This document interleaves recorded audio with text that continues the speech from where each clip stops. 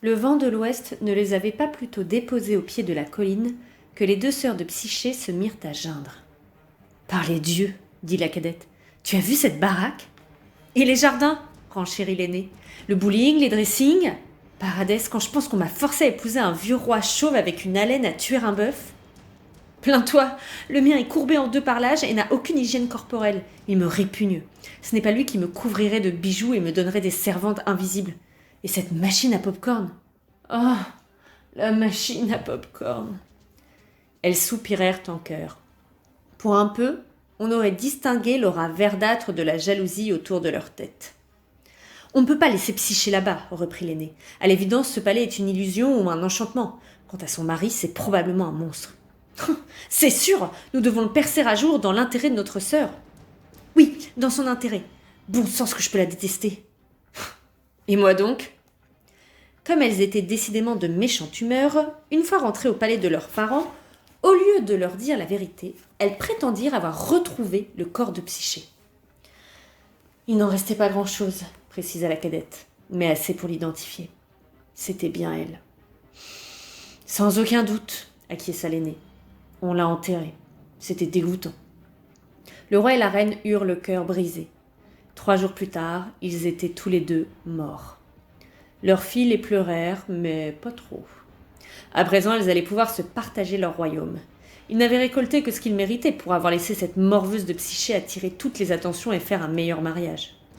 Le jour convenu, elles retournèrent au pied de la colline et Zéphyr les ramena au palais secret de Psyché, cette mine de diamants et de pop-corn. Cette fois, le vent de l'ouest les fit atterrir en douceur, comme il l'avait promis à sa maîtresse, mais il s'accorda une petite revanche en zappant les consignes de sécurité. À peine attablés pour déjeuner, les deux aînés entreprirent la benjamine. « Parle-nous un peu de ton merveilleux mari, » dit l'aîné. « Eh bien, » répondit Psyché, « il est merveilleux. » La cadette l'encouragea d'un sourire. « Tu as dit qu'il faisait quoi comme métier déjà ?» Psyché pâlit. Elle n'avait jamais su mentir et avait oublié ce qu'elle avait pu raconter à ses sœurs. Berger ? Il est berger, donc. C'est ça, acquiesça timidement Psyché. Un riche berger. L'aîné se pencha vers elle et lui prit les mains. Son visage exprimait une compassion sans borne, même si elle brûlait d'étrangler cette petite pain-bêche. « Qu'est-ce que tu nous caches, ma chérie ?» demanda-t-elle. « La semaine dernière, tu as prétendu que ton mari était marchand. Aujourd'hui, il est berger. Dis-nous ce qui se passe. »« Je vous assure, tout va bien. » Les deux sœurs échangèrent un regard entendu. « C'est ce qu'on se dit toujours quand ça ne va pas, » affirma la cadette. « Psyché, nous pensons que tu es en danger. Tu n'as pas oublié la prophétie de l'oracle. Rappelle-toi, tu es destinée à épouser un monstre, une bête redoutée des dieux eux-mêmes. Les prophéties se réalisent toujours. Papa se faisait beaucoup de soucis à ce sujet. Il en parlait encore la veille de sa mort. » Psyché faillit s'étrangler avec sa citronnade. « Quoi ? Papa est mort ? » ?»« Oui, de chagrin, parce que tu ne venais jamais le voir. Mais là n'est pas la question. Dis-nous qui est vraiment ton mari. » Psyché avait la sensation d'être enterrée jusqu'au cou dans des sables mouvants. Son père était mort, ses sœurs souhaitaient juste l'aider. Les prophéties ne mentaient jamais. Mais son mari avait une voix si douce, des gestes si tendres. « J'ignore qui il est, avoua-t-elle enfin. Je n'ai pas le droit de le regarder. »« Quoi ?» s'exclama la cadette. « Po, attends, rembobine et reprends depuis le début, là. » Psyché leur déballa tout. L'invisibilité de son mari, ses visites nocturnes, son refus de lui révéler son identité. Elle leur parla aussi de l'enfant qu'elle portait et du pyjama à mon petit Pégase. Oh, « C'est pire que ce que je craignais, » soupira l'aîné. « Que veux-tu dire ?» demanda Psyché. « Ton mari est un dragon. Ceux-ci peuvent revêtir une forme humaine et se rendre invisibles, entre autres maléfices. S'il t'a gardé en vie jusqu'ici, c'est pour mieux t'engraisser, quand ton ventre aura grossi. »« Tais-toi !» s'écria Psyché. « C'est horrible, je ne veux pas en entendre davantage. » « Pourtant, elle a raison, » intervint la cadette. « Tous les dragons font ça, c'est bien connu. »« Ah oui ?» L'aîné acquiesça d'un air grave. « Si tu veux échapper à la mort, tu dois agir sans tarder. La nuit prochaine, quand ton mari dormira, tu n'auras qu'à allumer une lampe ou une bougie. J'espère me tromper, sincèrement, mais j'ai peur d'avoir raison. Pense à te munir d'un couteau ou d'un rasoir affûté. Quand tu auras vu le monstre sous son vrai jour, surtout, n'hésite pas. Tranche-lui la tête. Ensuite, tu n'auras qu'à nous faire revenir et nous t'aiderons à fuir. » après avoir partagé entre nous le trésor du dragon, glissa la cadette. Ce n'est pas le moment de parler de ça, la raboua l'aînée. C'est vrai, reprit sa sœur. Tout ce qui nous importe, c'est ta sécurité et ton bonheur, Psyché. Nous te ramènerons chez nous et te trouverons un mari normal, comme les nôtres.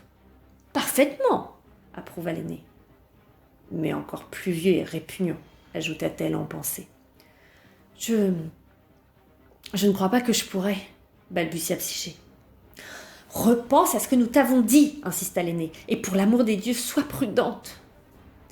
Après avoir encouragé leur petite sœur à ruiner sa vie, les deux aînés embarquèrent avec Zéphyr afin de regagner le monde mortel. Ce soir-là, Psyché se prépara à faire la chose la plus stupide depuis la création du monde. Dans un des placards de la salle de bain, elle trouva un vieux modèle de rasoir. Elle le planqua dans le tiroir de sa table de chevet, ainsi qu'une lampe à huile et une boîte d'allumettes. Comme d'habitude, son mari arriva après la tombée de la nuit. Toutes les lumières s'éteignirent à son entrée. Il s'assit sur le lit et ils échangèrent quelques propos sans importance. « Tu as passé une bonne journée, ma chérie ?»« Oh oui, excellente, mes sœurs n'ont rien dit de nature à veiller chez moi des tendances paranoïaques et homicides. »« Oh bien, je t'aime, bonne nuit !» Plus tard, quand la respiration de son mari lui indiqua qu'il dormait profondément, Psyché se glissa hors du lit. Après avoir récupéré le rasoir et la lampe, elle alluma celle-ci et une faible clarté rougeâtre se répandit sur les draps. Son mari reposait sur le côté, le visage tourné vers le bord opposé du lit, les épaules calées contre un édredon en plumes. Pas un édredon, non. La jeune femme stupéfaite reconnut deux ailes blanches et duveteuses, repliées le long du corps du dormeur. Elle n'avait jamais soupçonné leur existence jusque-là. Comment était-ce possible ? Et si elle avait omis de les remarquer, qui sait ce qu'elle avait également manqué ? Peut-être son visage n'était-il pas aussi beau, ni aussi humain qu'elle l'avait cru en le caressant dans le noir ? La voix de sa sœur aînée s'insinua dans son esprit. « Ton mari est un dragon, une bête que les dieux eux-mêmes redoutent. » Le cœur battant à tout rompre, elle fit le tour du lit et se pencha au-dessus de son mari. La lampe dissipa les ombres qui lui cachaient son visage. Elle étouffa un cri. Il était incroyablement beau.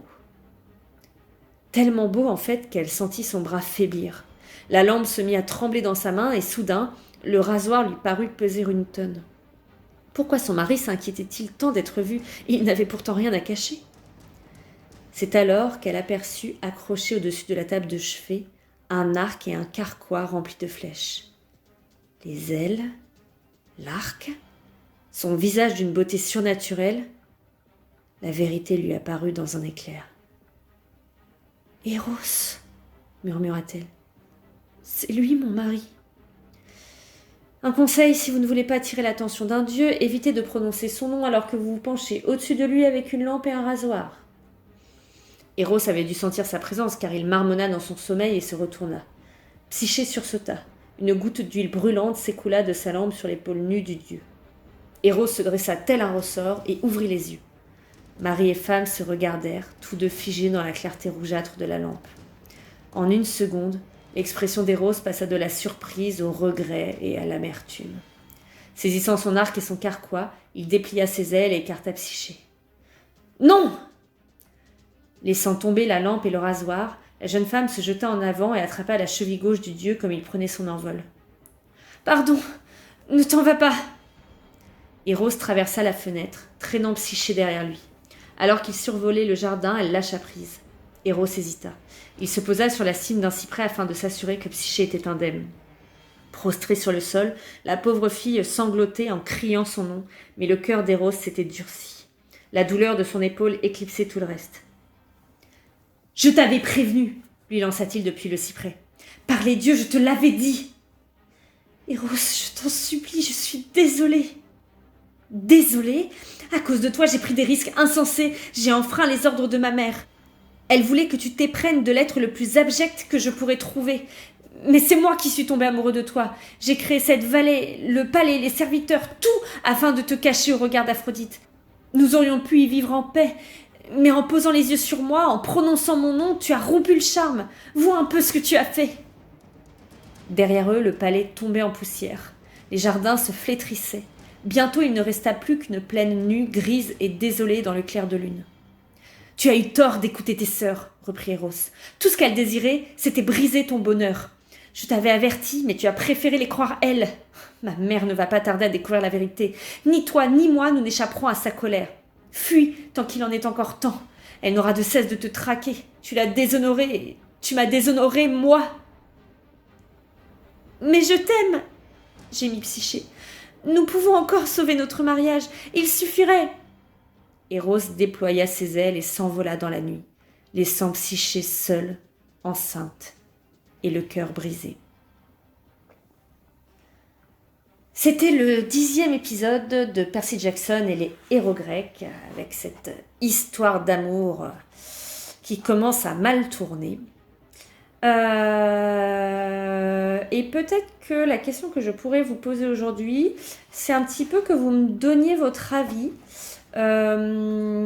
sur l'attitude des sœurs de Psyché.